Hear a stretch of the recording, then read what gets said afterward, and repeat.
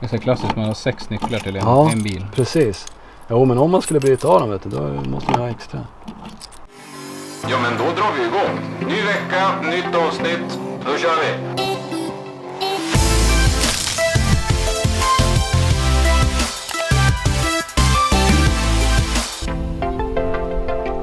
Tjena! Tjena Douglas!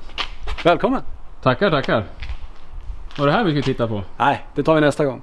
Jaha. Vi kikar på den här istället. Så vad är detta för någonting? Det här är en Nissan 2400 GT.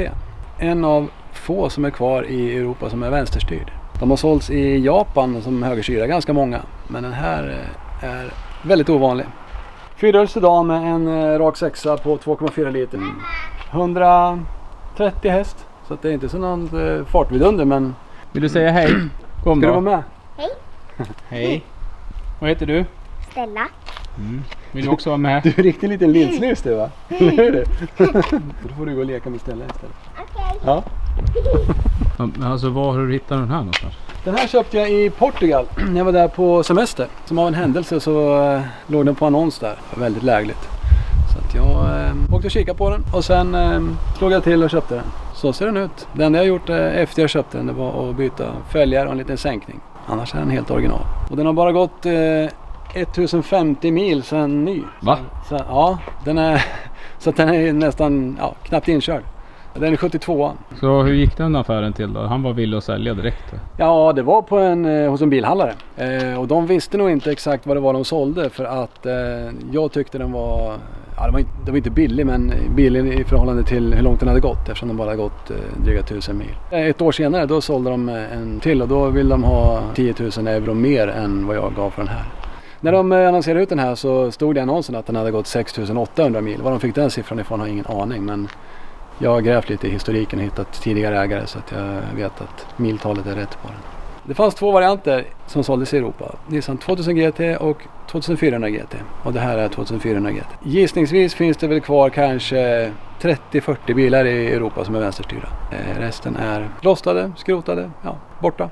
Så den är väldigt ovanlig. Den såldes ny bara i ett fåtal länder i Europa. Och jag vet faktiskt inte exakt vilka länder den såldes i. Jag vet några stycken. Finland var ett av dem. Portugal den här är köpt.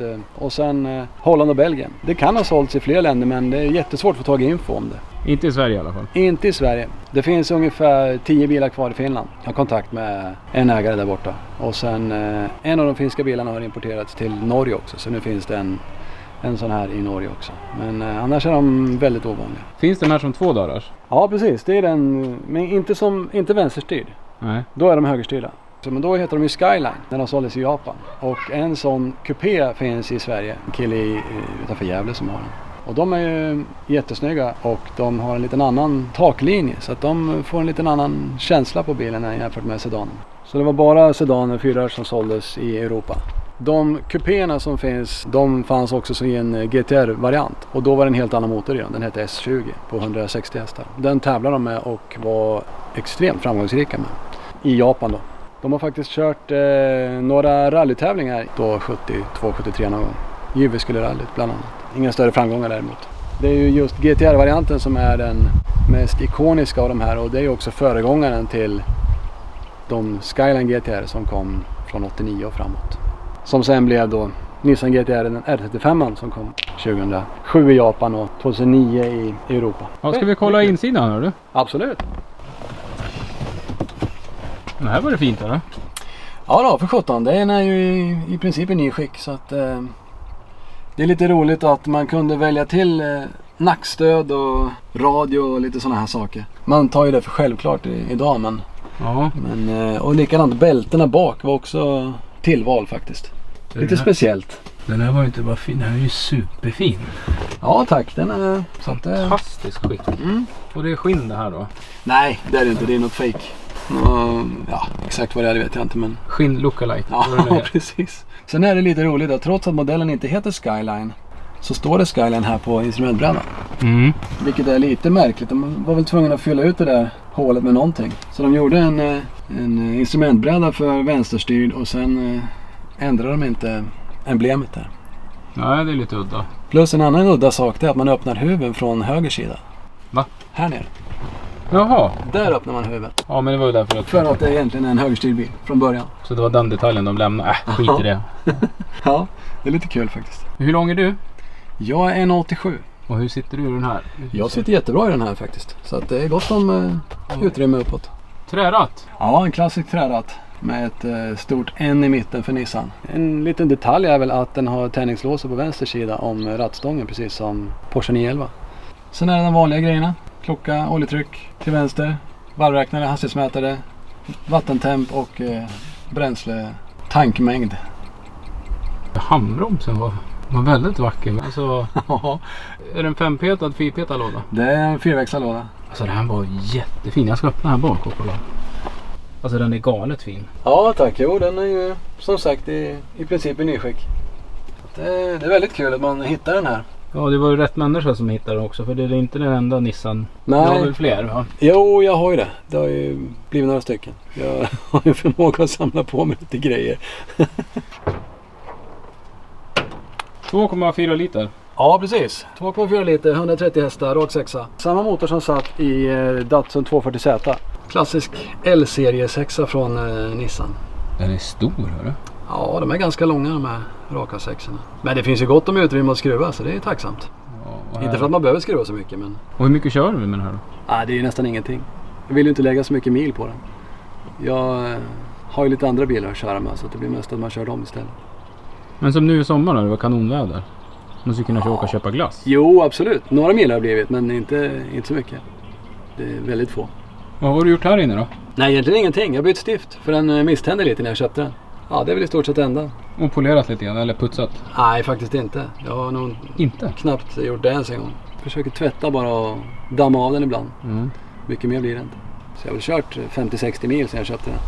Sen går väl kanske 10 mil om året i snitt. Mer är det inte. Nej, sjukt häftigt.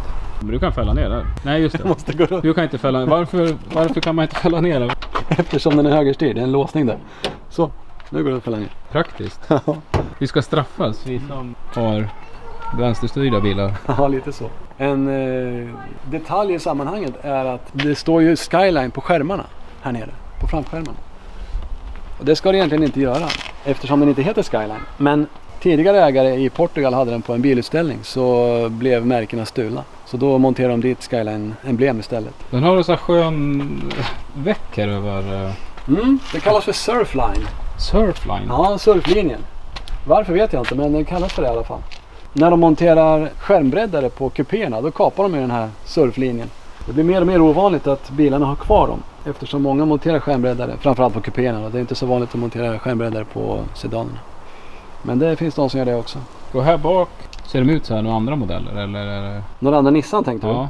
Nej, det vet jag inte om de gör. Det har jag inte funderat så mycket på. Sen är bakljusen unik färg på de här, för det finns inte på några japanska bilar. Så att skulle de här bakljusen gå sönder, då är det färdigskrattat.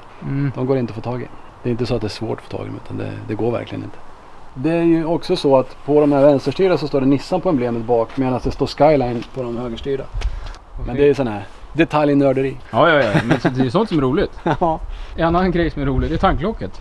Ja, faktiskt. Tycker jag är väldigt roligt. Ja, fast det måste ju ha en nyckel för att kunna visa. Ja, så kanske vi skulle fixa. Det är så klassiskt, man har 6 nycklar till en bil. Precis. Jo, men om man skulle bryta av dem, vet du, då måste man ha extra. Ja, det är inte så ofta jag tankar, vet du. Så. Och så får man lyfta upp den här. Det är som att öppna champagneflaska. Ja, så gör man. En bakelitgrej typ. Lite roligt där i alla fall. Ja, men väldigt roligt. Hur hittar man info med en sån här bil? Du visste vad det var? Ja, jag hade ju precis börjat intressera mig för de här när jag hittade den här i Portugal. Helst ville jag ha en GTR-version. Men de är ju hutlöst dyra. För de finns i GTR-version både i sedan och kupé i de högerstyrda varianterna. Men då får man räkna med en i riktigt dåligt skick. Kostar ungefär 1 miljon. Och sen upp till närmare 2 för en som är i toppskick. Herregud. Så att, ja. Jag tycker det var snål. jo, jag var lite snål. Köpte en som inte var GTR. Jo, nej men alltså visst, det är klart man skulle vilja ha en sån. Men den här funkar rätt bra också faktiskt. Oh ja. Det duger. Jag har ju aldrig sett en sån här bil förut. Hur blir den här bemött när du kommer ut på någon träff? Nej, folk vet ju inte vad det är. De har ingen aning.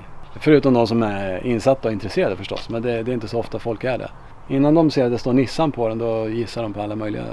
Om man inte ser Ja. backspeglarna fram avslöjar att det är japanskt. Ja, backspeglarna fram är ju eftermonterade. Bilarna kom utan backspeglar till handlarna. Sen fick handlaren montera dem efter hur kunden ville ha backspeglarna. Så att på den här bilen satt det faktiskt en backspegel på förardörren och ingen på högersidan från början. Men någon tidigare ägare har monterat dem på skärmarna. Men hur får man tag i delar till såna bil? Förhoppningsvis behöver jag inte få tag i några delar till bilen, för jag tror inte det går att få tag i eftersom den är vänsterstyrd. Karossdelar går förstås att få tag i eftersom det är samma kaross som de japanska, så det är inga problem. Men man måste ju naturligtvis ha lite kontakter i Japan. Det underlättar ju. Ja, jag är fjärde ägaren om man räknar bilhandlaren som jag köpte den av. Den första ägaren, det var Nissan-handlaren på Madeira. Han hade den i 30-35 år och körde i princip ingenting med den. 500-600 mil totalt.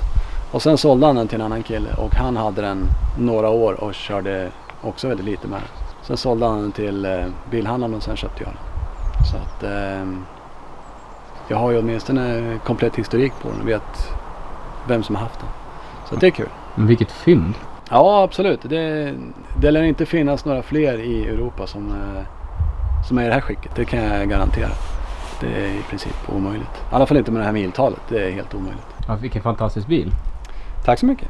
Helt fantastiskt. Jag är jättenöjd. Hörru, tack för att jag fick komma hit. Tack själv Douglas. Kul att du kom. På återseende. Ja. Vi ska titta på fler grejer du har. Du är välkommen tillbaka. Ja. Tack! Tack.